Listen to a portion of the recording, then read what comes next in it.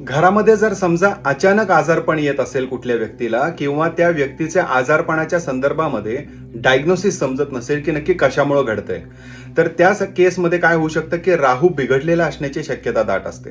आणि त्याच्यासाठी काय करायला पाहिजे, एक दोन उपाय मला तुम्हाला सांगायचे जे खूप महत्वाचे उपाय आहेत. ठीक आहे, वैद्यकीय उपचारांना हा काही पर्याय नाही. वैद्यकीय उपचार आपल्या ठिकाणी आहेत आणि ते कंटिन्यू ठेवायचे. त्यालाही अध्यात्माची थोडीशी जोड मिळावी म्हणून फक्त सांगतोय. काय करायचंय, सगळ्यात पहिली गोष्ट ते म्हणजे की आजारी व्यक्तीने स्वतः किंवा त्यांना उठणं शक्य नसेल तर घरातल्या कुठल्याही व्यक्तीनं त्यांच्या नावाने पक्ष्यांसाठी रोज थोडंसं धान्य बाहेर ठेवायचं आणि पाणी ठेवायचंय. ओके, जेणेकरून राहूचा त्रास कमी होतो. दुसरी महत्वाची गोष्ट, त्या आजारी व्यक्तीनं रोजच्या रोज पंचमुखी हनुमान कवच ऐकायचंय.